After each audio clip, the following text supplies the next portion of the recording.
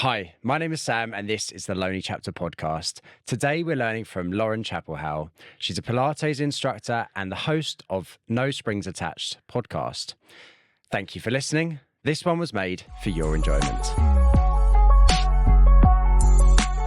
Starting off with Pilates, obviously this is the thing you do the most. Do you remember your first experience of Pilates? I actually don't. I'm pretty sure, like everyone, when I was teenager-ish, maybe early 20s, I tried a couple of leisure centre style ones. I seem to have vague memories of that. I do, however, vividly remember my first experience of Reformer Pilates because I didn't even know that Reformer Pilates was a thing. I booked onto this Pilates class, showed up, and there were these massive machines that looked a little bit scary, if I'm honest, and I couldn't do anything. It was brutal. Yeah, but like most people, probably a couple of leisure centre experiences. Maybe if you're in London, you've tried out the gym classes and so on. Yeah. And what is the difference then? You said Reformer Pilates and then Pilates. What's the difference between those two? Reformer Pilates refers specifically to the Reformer machines, which are these long bed things. You might have seen them on Instagram, TikTok, YouTube or something. And the way they work is with spring tension. Yep. So if anyone's ever used resistance bands, for example, the different colors represent different resistances. We can do the same exercise with different bands and it's going to feel completely different. Very similar on the Reformer, but because of all the different angles and the positions we can place ourselves in on that bed, we're open to a lot more diversity of movements. I should probably add the disclaimer at this point that a few days ago I did do one of your classes. So I went down to one of Lauren's classes. It was super intense, a real challenge. And I think, without doing that, I wouldn't understand it, even though I sort of know what the machine looks like and stuff. But you really get quite a burn from those resistance and like the constant pushing of whatever body part you're using and stuff. So yeah, I've never done a Pilates off the Reformer. I think I've done one, but it's very different, isn't it? It is. So the mat, you've only got your body weight as resistance, which means that it's less controllable in a sense, or less scalable, because you've either got all of your body weight or none of it. And all of your body weight for, if we take a movement everyone knows, a push-up, that for some people is going to be impossible. Whereas on the Reformer, because you can have a little bit of support doing movements, either it offloads the movement slightly, we can elevate it, we can, for example, take instead a chest press that works the same similar muscles. And it means that you don't need the strength to perform the entire load of the body. Whereas you can also have the flip side of, say, for example, a regular squat. We actually did this in our class. Yeah. You do it on the floor. For most people aged sort of 20 to 50, unless you've had a severe injury, doing 1 or 2 squats is going to be absolutely fine. We do it all the time when we sit on a chair and stand back up again. You do it on the Reformer, suddenly it takes a minute to absolutely kill. Because again, we've got that resistance. We've got ways of playing with stability and instability as well, because we can stand on it. So there's just a whole variety, a whole much wider spectrum of movements and ways we can play with those movements, which also I find makes it a little bit more fun a lot of the time. Yeah, for sure. I think it's a lot more engaging with so many more options to do, I think, as someone who's not really au fait with normal Pilates anyway. But yeah, it's interesting because it's like you said, you can do like a chest press, and it felt like I was part of like a cable machine. And then like when you're lying down and you're pushing with your legs, it's like a hack squat lying down sort of thing. So it's sort of like loads of machines in one almost. And then the stability stuff and standing up and moving with that. And yeah, I mean, my obliques were hurting so much the next day. Every time I got off, I was like, ooh. It's so funny. That's the feedback I get most. Is like no one knows how to work their obliques until they get on the Reformer. That's one of the ones I hear a lot. Also, the glutes, I think with the added element of fearing falling off the reformer, Yeah. people work their muscles a little bit harder Yeah. because there is just like that instinctive reaction to keep everything tight and engaged, because otherwise that reformer's going to fly away and you'll fall off it. Yeah. What's the history of Pilates like? Because I spoke to a yoga instructor who just started doing Pilates, and he sort of spoke about yoga's history and how it was originally, I think, for men, he said, and how that sort of changed. What's Pilates one? Pilates is a lot more recent than yoga. So you can actually trace it back to one man called Joseph Pilates, hence the name.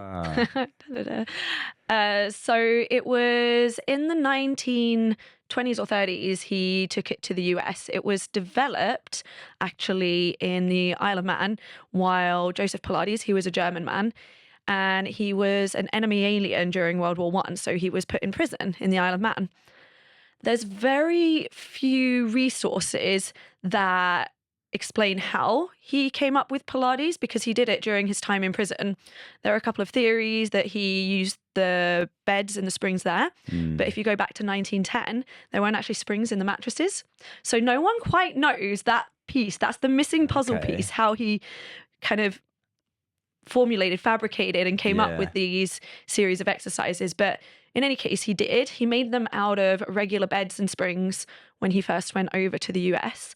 And it was originally men doing it, but it wasn't targeted at men. It was just, if you look back to that time in history, exercise wasn't really a women's thing. It was still for men. Men were the athletes. Men were the sort of strong, athletic ones. But there were a lot of women doing it, especially more so as the Pilates studio in New York. It was located right by the New York City Ballet School. Okay. So they got a lot of dancers, and Joseph Pilates did actually rehabilitate a lot of them, hence the influence you see today.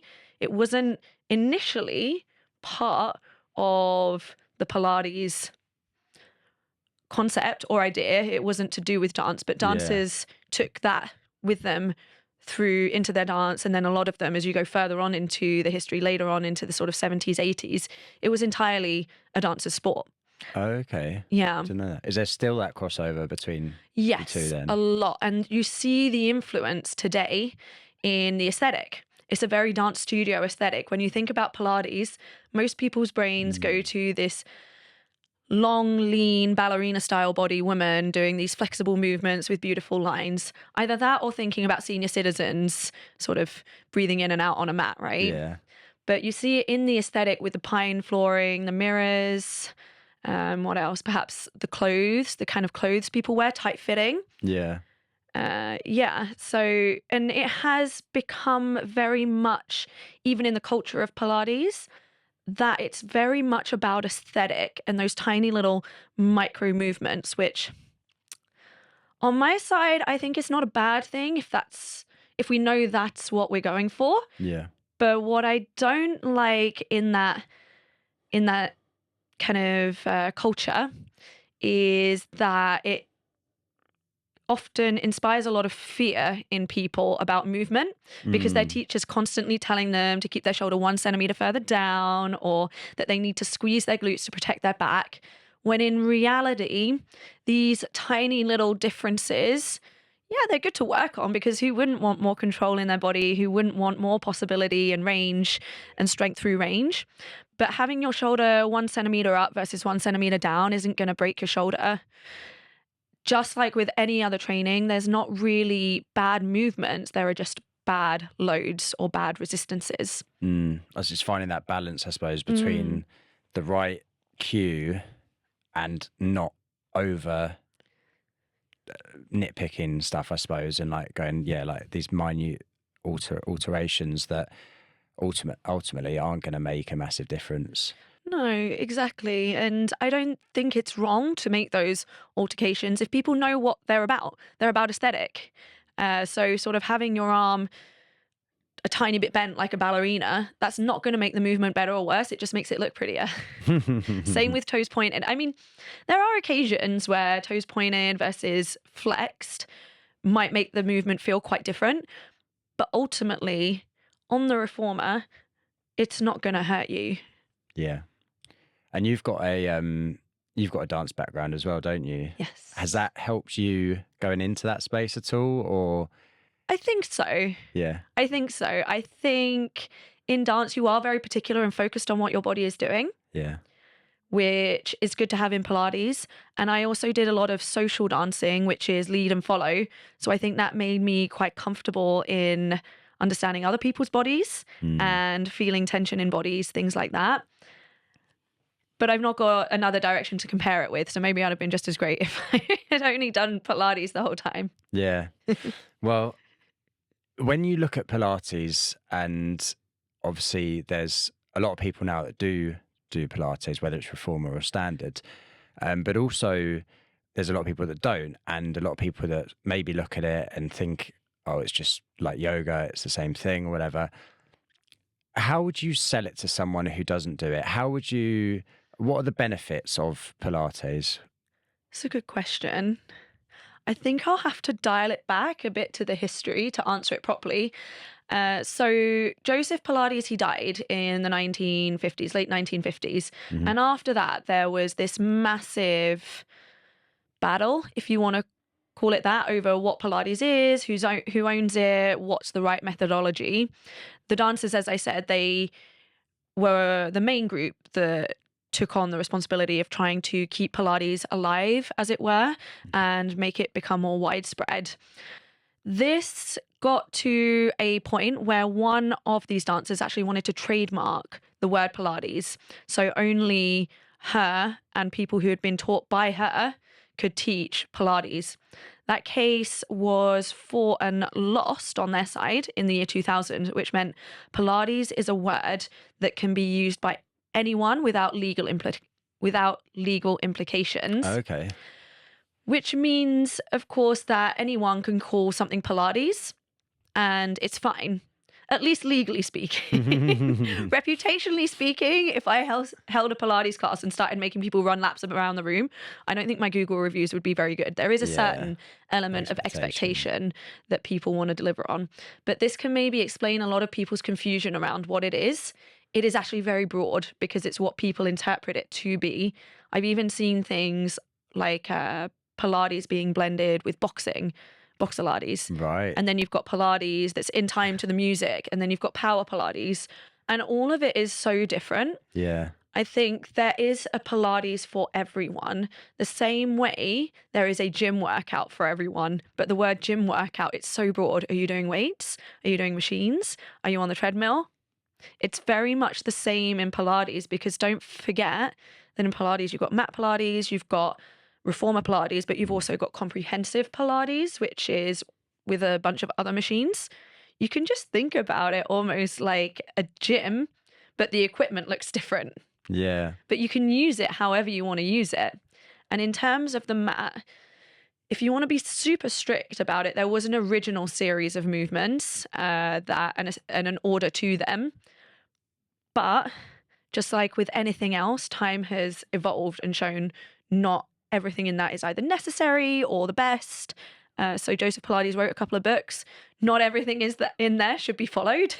For example, Joseph Pilates said you should be smoking cigars to give yourself good breathing. Oh gosh.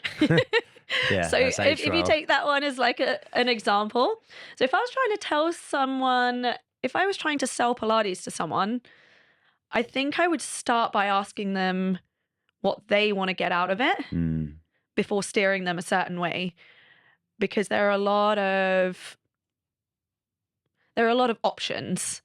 So it'd be narrowing it down for them to see what fits them best. Yeah. And what would you say the sort of benefits on the other side of it are for them? So if you want to like focus in on the type of Pilates that you teach, maybe to keep it from being so vague for you. So if someone comes to your Pilates class for a number of times, what sort of benefits will they sort of expect along the way? I would say, specific to my class and how I teach and the sort of studios I work at, definitely improved strength, definitely improved endurance in terms of muscular endurance rather than cardiovascular. And I would hope as it's something I value and try to deliver to the clients, more understanding and confidence in how they move and technique in terms of optimizing movements rather than aesthetic and fitting a certain frame. I think in my class we did those side planks. Yep. Yeah. So we did these side planks where I focus a lot on the foot placement to teach people a certain way of doing something that I find more comfortable. Not to say it's right or wrong, but to understand this is my way of doing it. I hope you like it because it's much easier for me. So I would hope they leave with that understanding that they've got options in how to perform the exercises and access, if you like, to new muscles and new ways of doing things. Yeah. Yeah, definitely that like strength element of it as well that you said. I think that's one that I never, and this is my own sort of naivety, never really thought of with Pilates. But doing that reformer one and the options to up and down the resistance, once you've been a few times and you sort of gauge where you're at for various exercises and what resistance you should be on for which exercise, you could get a really, really intense workout. Yeah. Like you could come out there in absolute agony, I'm sure. And I'm sure people do. They do. They Yeah. do. I do. I find Pilates really hard to this day. I'm very much a sort of fast twitch muscle fiber kind of person. I really like my big explosive movements and my body leans well to that. Yeah. So doing the slow controlled movements, it seems to never get easier. I'm sure it does. Yeah. I'm sure I am better than when I started, but I feel I do 5 reps and then I'm just watching everyone around me do 100. Yeah. What's going on? I teach this. I should be able to do the 100 reps as well. It's so hard. It's I suppose it is what you put in is what you get out, and yeah, the level that you sort of push yourself. And but yeah, no, I think yeah, it's opened my eyes massively doing that class. What are some of the common sort of misconceptions that you come up against with Pilates? Again, maybe that strength isn't an aspect is one of them for myself, but what are some of the things that you find? So you said strength was one from your side. Before I feed into my ones, were there any others? And I'll see if they match some of the common ones. From my side, I suppose for me, whether it's a misconception or not knowing the difference between that and yoga. And again, it's probably like a naivety. That's why I'm trying to learn from you and from Georgie, who I had on previously, like more about what they are individually. Yeah, those would be my main ones, I think, those two. I'd say they match pretty well with the general one. The general one, the most common one I get by far is that it's easy and people are always surprised that it's very sort of strength focused. In terms of misconceptions, I'm trying to think of other ones that are actually largely false, because a lot of the misconceptions I can think of you can actually see around in the Pilates world. As I said, it's very broad. Yeah. It's like a slight misunderstanding, maybe. Yeah. So, and also some of them as well, are they misconceptions? Are they unfair misconceptions to have, like Pilates for girls? I don't think that, I mean, there's far more women doing it than men. That is a fact. Yeah. I don't know if it's something to do with that dance studio aesthetic or misconceptions, but there are more women doing it. So I can see that men would not want to come because it's a girls thing. And then maybe they have their ideas around girls thing, like, oh, men are big and strong. Girls must do this one because it's easier, because I don't know, whatever. Yeah, I suppose, yeah, that idea that it's not about strength, or it's not about, it can't make you strong, which I know firsthand now that is definitely wrong. But it's also, maybe it's intimidation on men's part, like whether going into a group that is going to be all women, feeling like you're the only man is, I don't know. And then sort of telling people you've been, and being scared of other men saying, oh, that's not for men, man. But it totally is. And I can see the benefits of it. I can really, yeah, especially that reformer one, really good. I think another thing that people like about it, and I think would help everyone, but specifically that men could get that you can't get in a lot of other sports is, it's not that you can't get it, it's more that Pilates has its own way of delivering mental clarity. It gives you something to focus on at all points because your instructor is going to be teaching a lot of the time cueing. So you're very in tune with your body and what it's doing. You don't have time to think about anything else. Whereas for myself, when I go to the gym, I like it and I'll do the workout, but my brain will go elsewhere. My brain can quite easily come back onto trying to start planning what I'm going to do when I get home, whether it's during a rest or if I'm sort of doing time on the treadmill or running or something like that. My brain will, I want it to just stay focused on the task, but it's far harder. Whereas in Pilates, you've got constant auditory input coming in to cue you through. And especially here in London and cities with people with very busy professional working lives, it's that structured time out of your day where you can be forced to switch off quite easily. Yeah, 100%. I think the only thing that I would compare it to in that sense is something that I've spoken about a few times, is like jiu-jitsu. And I don't think it'd be unfair to say that's predominantly men, whilst 100% there's loads of very, very good women who would, are way too good for me. It'd be awful to try and go up against them. But in terms of that, you're on the mat and you can't think of anything else because you're in that moment, because someone's trying to strangle you. So you're in that, it's that hour out of your day where you're not thinking about, and I think you make a good point about being in city. We're always, right, what's next? Where are we going? Head down, we're on a mission, I haven't got time to talk to you, leave me alone, whatever. And it's taking that time out. Whereas a gym workout, you see people in the gym who are still emailing or whatever, they can sort of do it between sets. Whether that's right or wrong, that's another conversation.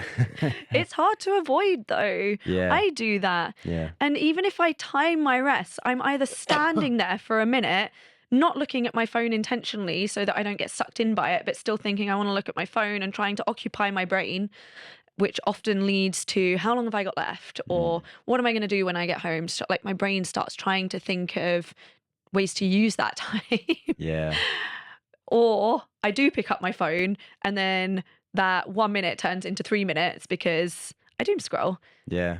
And I think it's human. It's totally natural. Yeah. Yeah. We can't withstand the draw of technology. Yeah. And it's the product of this environment and this culture we have in London that no second should be wasted. And in Reformer Pilates and mat Pilates, to be fair, and even yoga, you have a flow. So it never really stops and it's being constantly led. So you've got to always stay tuned into the instructor's voice.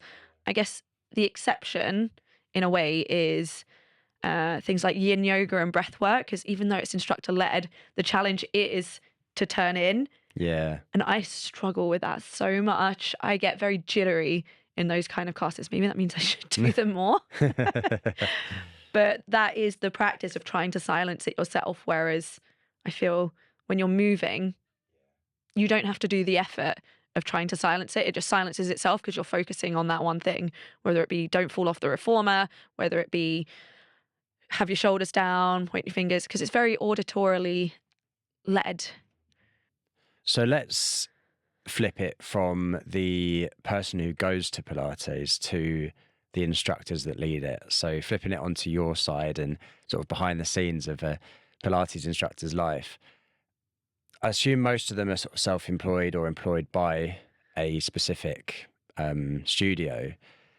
What's the life of a Pilates instructor like? Because it looks like there's a lot of travel, a lot of things going on.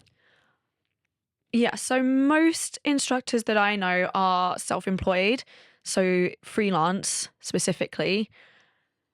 It is kind of a dream job in that you're getting to be with people, you're in a wellness space, and because you're a freelancer rather than employed, in most cases, there are a few cases of companies that employ their staff, you don't have pressure for things like deadlines and projects, etc.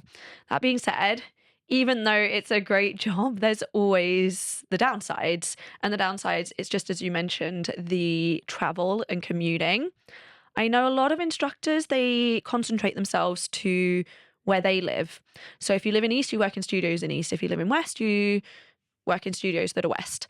For me, I'm all over because I really value studios that I align with. And I've worked at studios where I don't, and that drains me more than traveling to one that I'm aligned with. So I've worked at studios that are 10 minutes from where I live, but the conversation in my head of not wanting to go tires me out more and takes up more of my day than traveling an hour to one that I really like. Yeah. Because then my head can kind of switch off for the day, because a lot of the time you're either working super early mornings. So my earliest start is 7, and imagine I'll be there 6:45, and imagine I've actually got to get there, get ready, etc. I'm up very early. Yeah.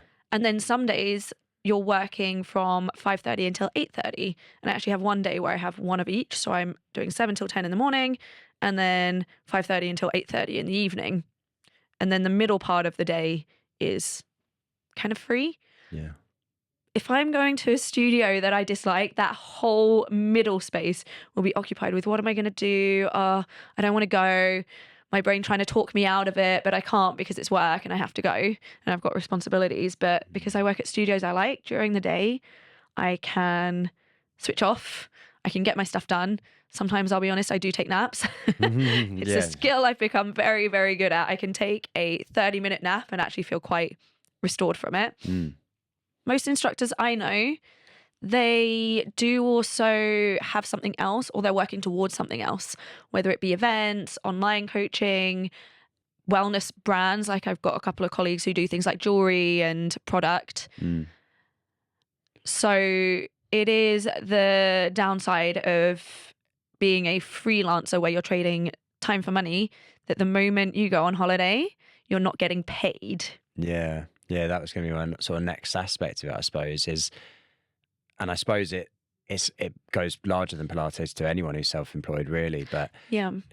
What are the stresses that come with that then? There must be like, it's sort of, you want to have time off, you know it's good for you, but then you know that the money stops when that happens as well. So sort of preparing for that ahead of time.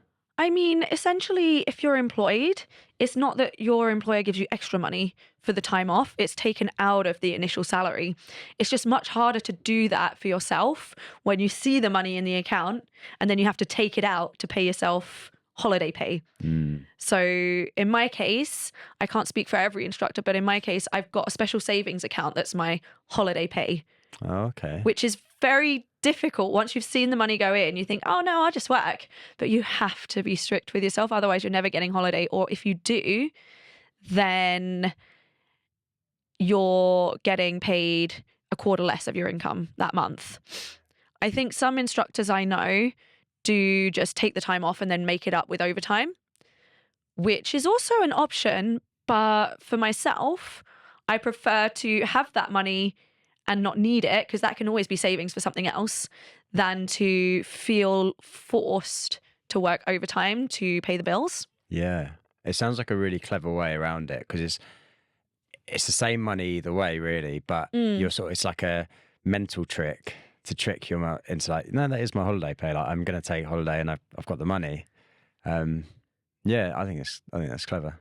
It's the same with taxes. When you see the money land in the account, it's just soul crushing to put it into your tax savings account. Yeah. Or I have like just about 10 different current account savings accounts that I just separate everything into. And it is soul crushing when you actually have the money and put it away. It's just a psychological thing though, because that money, if you're employed, it's being deducted from the money that you earned. You just don't ever see it land in your account, so it doesn't feel as bad. Yeah. So it's just learning to be self-disciplined with that, which, if I'm honest, some people aren't cut out for. Yeah, 100%, I think. Yeah. I think when you're employed, the only time it hurts is at the end of the year when you look at how much tax has actually gone. But yeah, it's the same thing. I suppose you're always looking at it as a self-employed.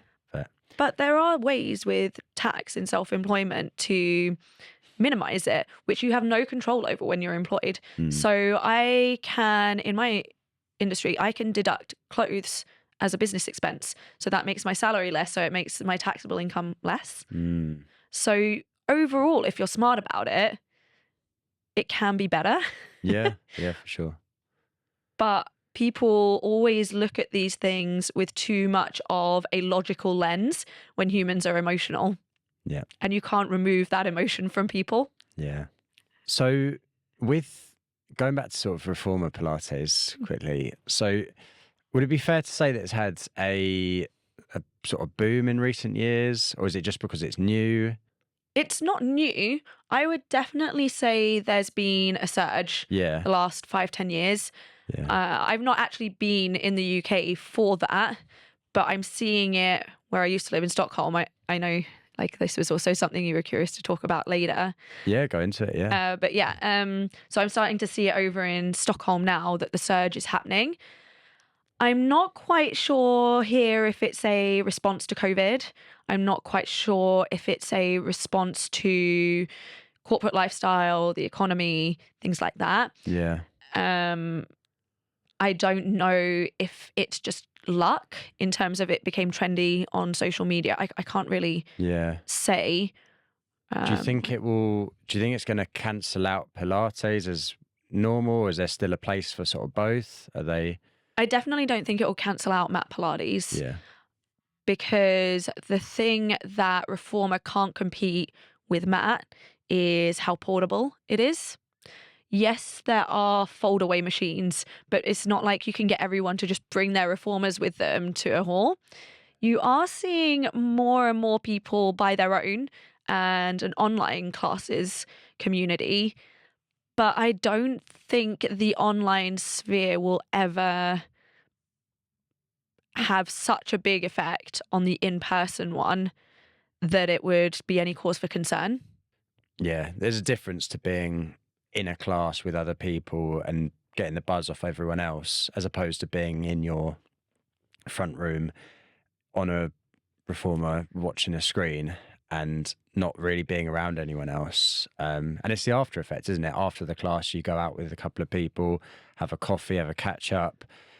When you're in your room, you turn off that screen and you're suddenly alone again. And I suppose it's the same as like the whole Peloton stuff and like doing that at home versus doing a spin class in a gym. So yeah, it's that same thing. Like being in person, you get way more buzz off everyone. 100%. And Peloton, it's really popular.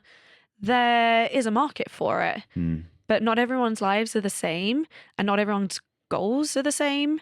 So I don't think Matt has anything to worry about. And if anything, a lot of people might turn to Matt because Reformer is too inaccessible for them, whether it be price-wise or location-wise. Yeah. Is there, so there's a big price difference between the two then? Does that make it inaccessible to some people then, I suppose? It's not cheap, Reformer Pilates, but there is a reason behind it. You've got the fact that most studios have maximum about 12 reformers, so that's the capacity for 12 people. You have the fact that at the moment you're seeing them in London in really sort of business districts where the rent is quite high.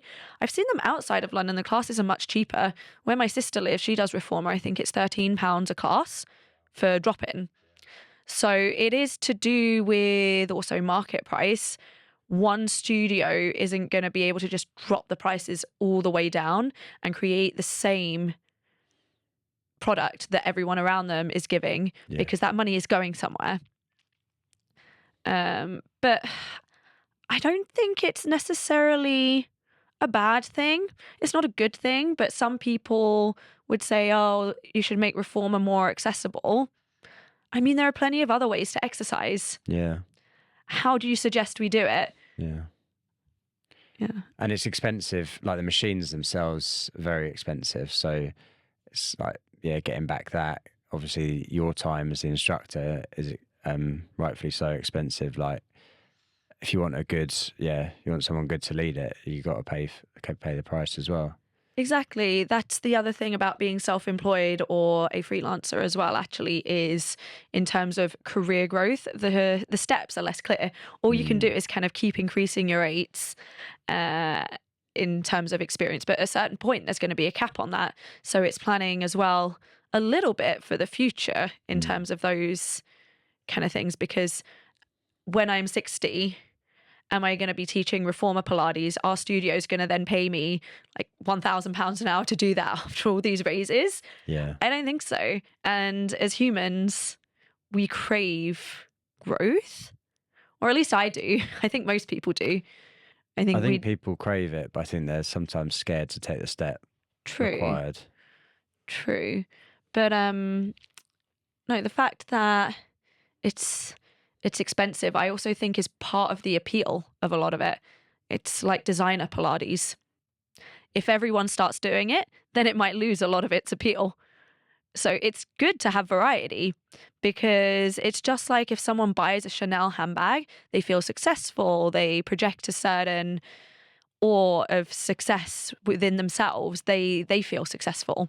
Maybe other people think that, but it's ultimately Chanel's created this brand around luxury and success, I would say. And Reformer Pilates, it's quite similar, I would say, in the sense that doing Reformer Pilates gives people a feeling of being a professional, being successful, being active. Yeah. That if you suddenly start giving it for free, it loses a lot of the value and the appeal.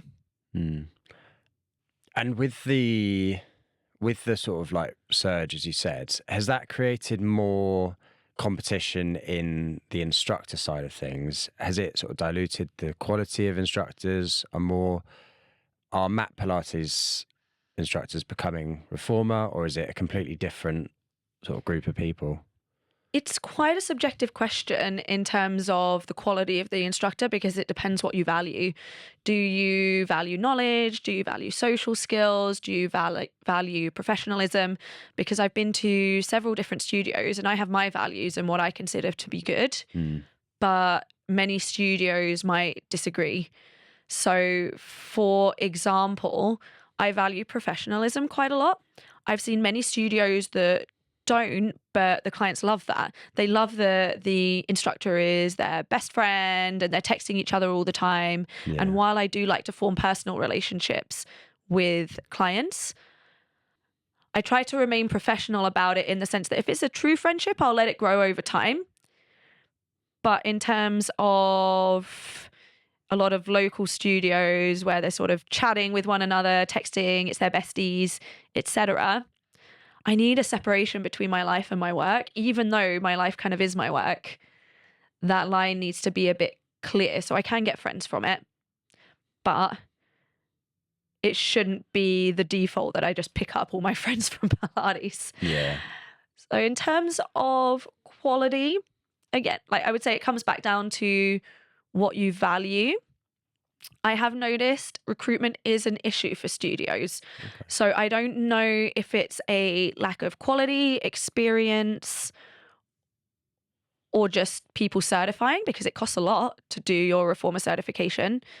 I would say about £2,000, I think. Okay. Yeah, so it's not cheap. No. And I think a lot of people fear making the switch between whatever job they are doing versus to becoming a Pilates instructor. But then if you flip that, people are also thinking, well, if I'm not going to make it a change of career, why am I going to put £2,000 into it? So in terms of hobby instructors that maybe do it for a little bit of a side hustle, because it's so expensive, maybe it's a little bit more inaccessible. Yeah. So recruitment is is difficult. Payout for a hobby that you're not then going to try and make something more than just a hobby, I suppose. And I guess something I've noticed is a lot of people are a little bit scared, which I think since I started teaching so long ago is something I never worried about when I started teaching Pilates. I can't say I've never minded standing up in front of people, because I'm sure when I'm younger, I did, but it was so long ago that I kind of forget how it feels. I've just been so used to it. And yeah, they kind of question if they actually want to do it. It's one thing to have the knowledge and to do the education deep in your practice versus actually going out there and do it. Yeah. And you mentioned a little bit ago about living in Stockholm. Yes. So you lived abroad for around 10 years, was it? Yeah. Yeah. What was that experience like for you, sort of going into a different culture for so long? Well, it's a bit weird because I went over there when I was around 20 years old. And if you're there 10 years, between 20 and 30, they're quite formative years of your life.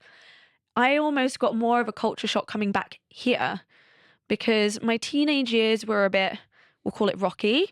I grew up with epilepsy, actually, and that meant a lot of time off school. I lost a couple of years of school as well because I was in and out of hospital. And that life was basically what I'd experienced. So in terms of planning for university and having independence, having a job, it's nothing that had really crossed my mind through my teenage years. But then suddenly my epilepsy got better. Almost like miracle case. I had 6 seizures in one day. After that, I never had one again. Wow. Yeah. What did they say that was down to? They just don't know. They have no idea. The theory they have is that it was hormonally being triggered because it was very, very severe around the age 15 to 17, to the point I was in Great Ormond Street with it. And then it just stopped. And I lost a year of school because I was in and out of hospital so much, not only with the seizures, but the depression that came around it as well, sort of seeing your friends planning for university and about to make that transition through life. And you start to have that reality that even though I'm fully cognitive in terms of, I can understand, comprehend like anyone else, there's no learning difficulty threaded through there. There's no cognitive disability. It was just occasionally my brain would just flare out and I'd just start collapsing on the floor, seizuring, and then be completely done. Migraines and tough exhausting. age to go through that for sure, because you understand enough about the world by that point that you can sort of look at, like you say, look at your friends and understand almost what you're missing out on in that moment. And then the reaction of that. Yeah, and all of them getting their provisional licenses and starting to drive, that reality started to dawn on me. The reality that actually never came to be reality because my seizures just stopped. So then I went off to uni. I think probably there's a little part of me that values independence and opportunity a little bit more because at one point I had that idea of what it might feel like to not have it. So when I went over to Stockholm, I was very sort of unprepared for life. I was just excited to be able to do stuff. So actually coming back to the original question, coming back here was actually a bigger culture shock for me because then I'm suddenly faced with work culture, taxes, just social culture, social etiquette, things like that, that you learn through university in your 20s, I think. And then coming back here in my 30s was actually a little bit harder to navigate. Yeah. What were some of the shocks then coming back to the UK? Because for the UK listeners, we're obviously used to them. So there's actually just even between Essex and London, a culture difference. I stopped off back home with my mum in Essex for 6 months before I moved to London. And there, people are very, very open. And coming back from Stockholm to that, you would have thought it was a bit refreshing, but actually because everyone was quite depressed, I felt quite sad about it. I also don't know if it's a personal thing that I give off very open and understanding vibes. So people offloaded onto me a lot who I didn't really know. But the example I give, I was working in a gym and within the space of a week, at one point, 3 people had told me that they had felt suicidal recently. And I was just like, what is happening? What is this country? What is this country where so many people are so depressed Yeah. And they're just telling me, some stranger, about it. That was quite a shock. And then coming into London, in terms of work etiquette and safety as well, I was quite naive moving to London. I think Stockholm and Sweden is very, very safe. Of course, crime happens there, but it's a different type of crimes that happen there. It's a lot more digital crime. There's a lot more domestic issues that happen there. But in terms of walking alone on a street, Stockholm, I felt very safe to do so. London, I don't. So things like that. And then there was just not so much culture shock because I knew these things. It was more like a disbelief towards childcare. So in Sweden, if people don't know, childcare is subsidized. So if families can't afford it, then the government will subsidize it, which means a lot more gender equality in the workplace, because on both sides of the spectrum, because it's not only about women wanting to work and not have to sacrifice the careers, it's about men who want to be home for their kids as well. So in Sweden, it's a lot more fair because you get 2 years of split maternity, paternity leave, and the parents can split it however they like. It gives them the choice to choose, and whatever that choice is fine. But yeah, at least it gives some of them the choice rather than forces one hand, I suppose. Yeah. So I think in terms of gender equality, if you want to call it that, I think Sweden is a lot more balanced in that there's equality of opportunity over there. Here, I feel like there is a little bit less equality of opportunity on both sides of the spectrum, both from things that are sort of embedded into social construct and into policy and law, etc., as well as social perceptions. It's interesting that you spoke about like people sort of being depressed, and because I think it was Douglas Murray on Chris Williamson recently, and he said they were talking about coming back to the UK. Obviously, they're in America now, and within like a few days of being back, feeling way more down because everyone's bringing them down. Because the general vibe of the UK, especially at the minute, I don't know, it seems to be quite down. But then I suppose it's who you surround yourself with in your small pockets that can keep you up. But yeah, there definitely seems to be like a lull on the whole of the UK at the minute. Always. I think it's probably always been there, to be fair. There's And like you hear people speak about Americans and they're like, oh, they're all just so like happy and proud, and it's like, yeah, why don't we be like that? It's true, actually. But that being said, there's pros and cons to everything. I feel that complaining culture that we have, it lends to us having some of the best stand-up comedy in the world. Yeah. Because that observation, finding the flaws in things, is actually an art form. And when it's done in that way, it's quite nice. It's quite funny. So there's always just pros and cons. It was a shock, though, coming back to just complaining about everything.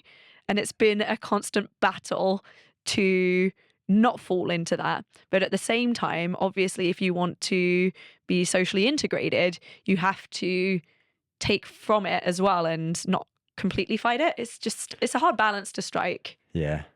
Complain culture. So you've recently started your own podcast as well. So no strings attached. What's the premise of that? Talk me through it. It's a Pilates podcast that doesn't really talk that much about Pilates. It is for people who participate in Pilates, lifestyle, wellness, are involved in that sphere, and the conversations around it, rather than just giving feedback on this is how you do this exercise, this is how you do that exercise. You've got plenty of podcasts, YouTube videos and classes that cover that. It's more around creating conversation, because as much as I love Pilates, the fact that it is a solo sport doesn't lend as well to community and friendship as a lot of other team sports or dual sports do. So in terms of things like netball, football, the teams always become very tight because they're interacting with one another during the activity. Whereas in Reformer yoga, mat Pilates, these individual exercises, You're very internally focused. It is a kind of mindfulness activity. And in a lot of cases, you'll see the same person over and over and over again and never really talk to them. And it's hard because during the class, you want to focus on what you're doing. Then there's, maybe 5 or 10 minutes between the class, which isn't really that much time to strike up a meaningful conversation, just polite conversation. So I guess I wanted to try and create that community a little bit more online, conversations that people can bring up either to me or to other listeners of it that are of interest to people in that sphere. So we'll talk about nutrition, we'll draw parallels between Pilates and pageants. We went a little bit into the law surrounding Pilates studios, things like liability, etc., that I find interesting. Yeah. And I hope that other people do too. Yeah. Well, that's the thing, is like, if you're creating it for yourself and sort of following your own curiosity and what interests you, you're going to attract people like you, which I suppose is the goal, is to try and sort of get people into that community who are similarly minded to you, and to build it. What have you learned from that experience so far? I know you're a few episodes in, but sort of from what you've learned so far. I think on the first episode, I learned that we tend to validate too much almost before the person has finished the idea. So the first episode I did, the amount of interesting that I did throughout while the other person was talking, that didn't really add anything. The person hadn't finished their idea and I was already jumping to conclusions like, this is so interesting. It was almost like empty words, and how many empty words we do use in speech. And it made it incredibly difficult for me to edit. So that was probably the first lesson I've learned. It's difficult though with that, because when you're conversing off camera and off microphone, those are little words of encouragement, which are good. Like, it's a good listening skill to be like, yeah, as someone says a little point and as they carry on. But as soon as you get into a thing where you're listening back to it as a listener, you're listening to the information and the takeaway that guest is giving. And I know I do it as well. I just hear myself go, yeah, halfway through. And I'm like, and it's something I'm trying to work on, but it's not a bad thing because it is good listening skills outside of a podcast, but it's sort of separating the two, I suppose. But is it? That's kind of the question I've been asking myself, because sometimes I almost think that maybe I'm trying to rush that person to finish because I want to say my thing. Or perhaps it's a thing of not being okay with the silence, or just wanting that validation back, when in fact it's maybe better to challenge each other, even in social conversation. I mean, there's social occasions for everything. There's different scenarios. Of course, general chit chat with your new boss, validate him or her as much as you want. But with friends in conversation, why can't we listen to a little bit of a mini monologue without having to almost make it feel rushed by saying, yeah, oh, okay. Yeah, I suppose it depends where it's coming from, I suppose. And I think that's a good point. I think a lot of people, when they're talking in a conversation, all they're thinking about is, oh, I've got something to say now. And in their mind, they're sat on their hands. They're like, let me say it. But yeah, it's learning to let the person speak. But I think a little words of encouragement show that you're interested as well. I suppose it's the way it's done. If it's a little sort of like rushed, I'm ready to speak now, versus like, yeah, like tell me more sort of thing. I suppose that's maybe the difference, but don't know. Maybe I'll get a conversation expert on and that would be break this right down. Yeah, because it's like I watched one of your episodes recently. I can't remember who it was saying that everyone likes to talk about themselves, right? I don't think anyone's excluded from that. Some people are shy to do it because they're insecure about who that is. But if you told that person, oh, you can talk about yourself, it will be completely validated, they would just go on forever. So it's that way, literally, just to come back with, oh, but here's how I relate. And I have that thing personally as well, where sometimes someone will tell me a story and then I'll return the story with my own story, which looks like a change of subject, but actually it's me relating. And I have this thing where I sort of jump 3 topics. So someone might say straw and I'll think, oh, straw, that reminds me of hey, oh, horses. Oh, I remember this time I went horse riding and this person's, how did you get there? Yeah. Yeah, it might have been Terry who you were listening to. Yeah, that was one of my early episodes where he was a SWAT hostage negotiator. And so he was telling me about what he used to do. And he was saying people love to talk. So he used to go to parties with his wife. And he used to say to her beforehand, he said, right, I bet when you go back to work on Monday, they're going to tell you how much of a great guy I am. And so he'd go into the parties and he'd go up to these people and all he would do would be like, listen to them, ask the questions, make them feel like super important, super valuable. And then he'd come back, he'd tell his wife all about them, about their lives. And she'd be like, wow, you learned so much. She'd then go back to work on the Monday and they'd be like, your husband's such a great guy. And she'd be like, yeah, but why? They wouldn't be able to give a reason, but it's because he'd made them feel so comfortable and like people love talking about themselves. That's such a true statement. And it's hard to find the balance as well, because some people, so if I think about my job, sometimes people don't want to talk about themselves with someone they don't know.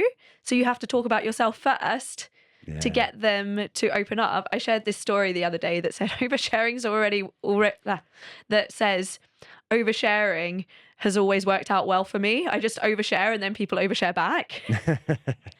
And maybe that is why I overshare. I consider myself a massive oversharer. Where does your, going back to the podcast, where do you want to take it? Like, I know you sort of spoke about making a community, but where do you see it going? I think with a podcast specifically, I have to remove that element of it for me to enjoy it. So I've got career goals, I've got work goals that are outside of the podcast. And of course, if the podcast can come into that, that'll be fantastic.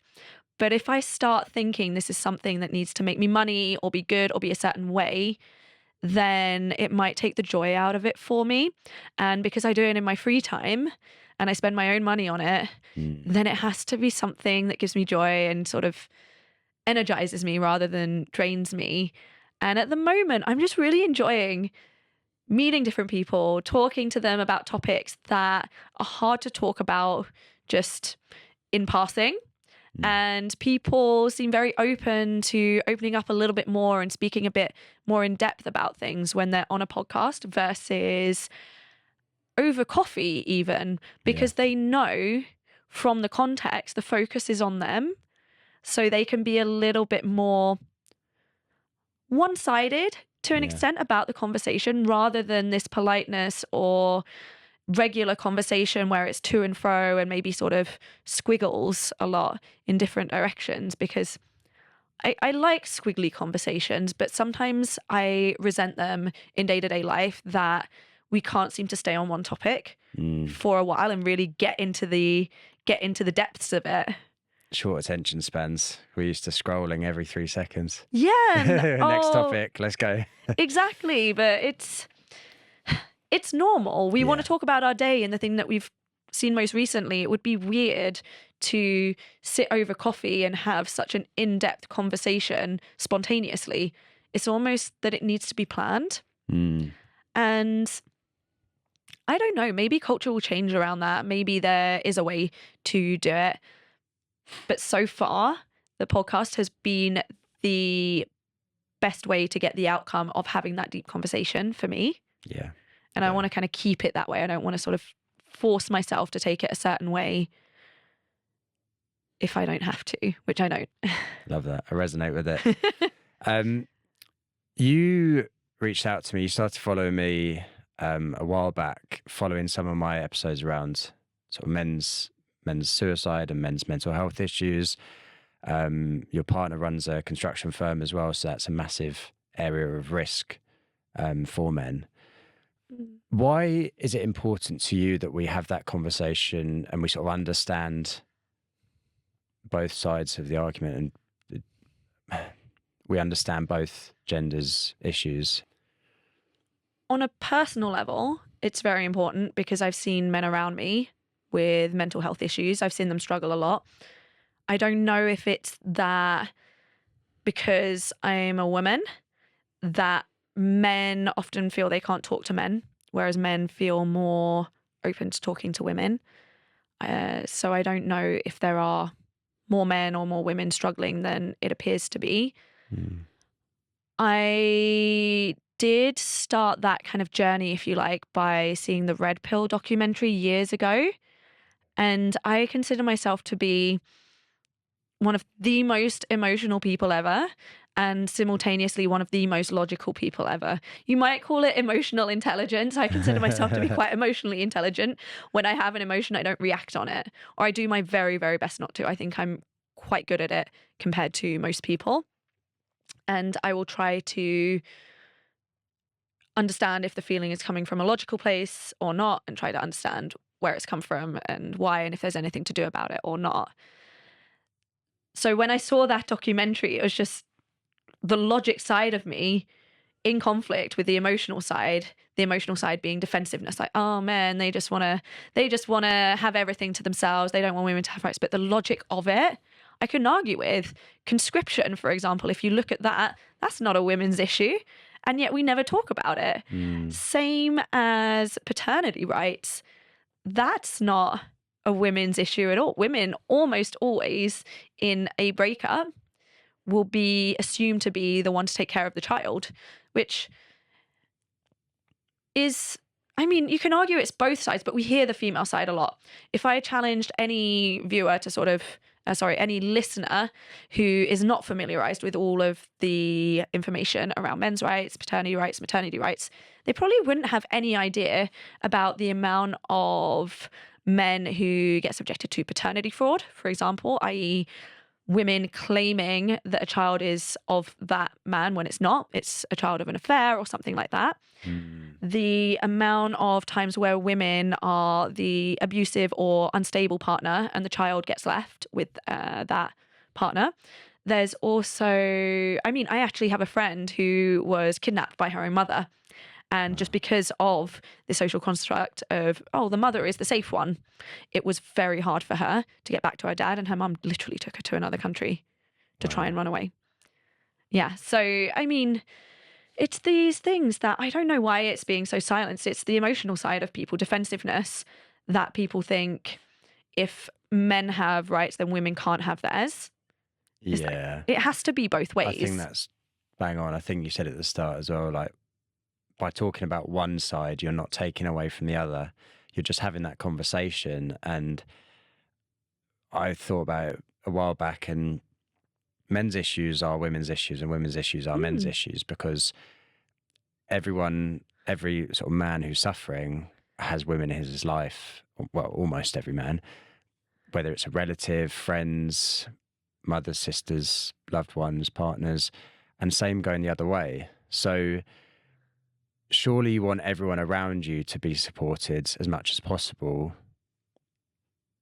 So yeah, I can't get my head around it necessarily. I think there's that initial emotional reaction, like you said, that some people don't then logically think about, and they just stick with it and don't give their mind time to open up to the possibility that someone else might be struggling, and that the story that some people have been told about the patriarchy doesn't apply to a homeless man on the street who's begging just to eat his next meal. Like, he's not part of that. It's, yeah, I think we bracket people into massive oversimplifications with the whole topic. And that's probably going both ways as well. 100%. And I don't know if it feels different for a man to go through mental health issues. I'll never know because I'll never be a man. But what I can say is that when I was having the worst mental time of my life, that period during and after the epilepsy, it was my dad who seemed to empathize and get through it with me. And he struggled with mental health issues. We lost him to it. And it just makes me think this feels so horrible. And if there's so many people going through that, the fact that he understood makes me think he knew how that felt. So it's the same feeling that he was having, but he lived with it for years. And I guess maybe that's part of why I feel strongly about it, that there needs to be help for men. I mean, men and women, but I feel it's more readily available for women. Yeah. I think where the system's been set up and where we talk about mental health and therapy and stuff, it's definitely improving and becoming more. There's a lot more sort of men's groups, but the way that men and women in general, again generalizing, communicate is different, and there's nothing wrong with that. It's just accepting that maybe people sitting down face to face like this and opening up about their deepest secrets is going to be a lot harder for maybe a lot of men, maybe because of the genetical makeup, but maybe it's just because of how culturally we've sort of grown up our men, I suppose, as well. Yeah, no, I'd agree. I think it's Esther Perel who talks a lot about that men have more trouble communicating their emotions because as children, the emotions that men show, things like anger and aggression, you're told, don't do that. Don't do that. Don't express it, hide it, bury it. And as a child, you don't know the difference between which ones you should suppress and which you shouldn't. Whereas girls, it's kind of like, oh, she's being a diva. Oh, look at her. She's being bossy. She knows what she wants. And then the more nurturing sides of women are really nurtured Yeah. to be emotionally expressive, talk about their feelings. And there's quite a few in the realm of podcasts and these kind of dialogues that are saying now we're suffering the consequences of having raised men to bury their emotions and not talk about it and to focus on financial success and other forms of success. But the financial one, I think, is one that maybe 20 years ago in particular was really being pushed. Yeah. But now that women are having it as well, men are losing their place in the world. So it's an even harder time for men, I would say, at the moment. Yeah, I mean, the stats themselves, obviously 3/4 of suicides are men. And I think it's about 90% or something of those that do take their lives have reached out, which shows that the methods that we're using aren't working as well. Yeah. Obviously, I don't know how many do reach out and then don't take their life, but yeah, 90% is still a worrying amount. So there's a lot more to be done, but we're having the conversations and it's good to sort of hear other people's opinions and sort of views and hopefully carrying the message as well. And yeah, just bringing up both sides. I think there's this whole thing of we've got this bucket of water and you have to pour a certain amount into like one bucket of men's bucket and some into the women's. It's like, no, it's a tap and you can put it into both equally. You don't have to take from one to the other. That's a really good way of saying it. Yeah. Lauren, so bringing it in, so you know how this ends. We've got a question for the listener. So for the listeners listening, listen in. This is so that they can go away and speak to someone, start a conversation about sort of what they've been listening to, whether it's a friend, family member, whoever it is. What question would you give them as that conversation starter? My question to the listeners is, what would your wellness journey look like? Wellness including very sort of holistic approach, fitness, social, mental and emotional.